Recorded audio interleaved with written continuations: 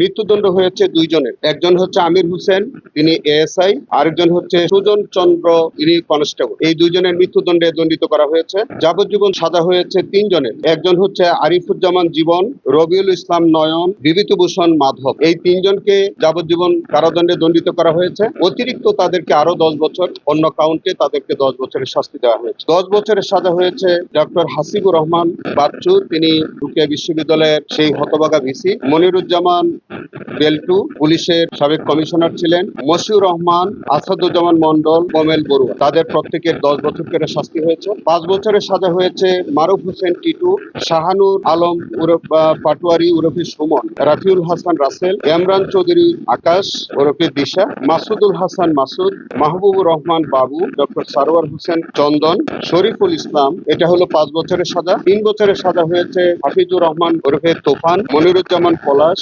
মাহফুজুর রহমান শামীম, ফজলে রাব্বি ওরফে গ্লোরিয়াস ফজলে রাব্বি, আখতার হোসেন, শেজান আহমেদ ওরফে আরিফ, ধনঞ্জয় ওরফে টগর, বাবুল হোসেন, নুরুন নবী মন্ডল, নূর আলম মিয়া, এম আমির হোসেন ওরফে আমু, আর আনোয়ার পারভেজ পাবেল আপেল, তিনি ছাত্রলীগ করতেন।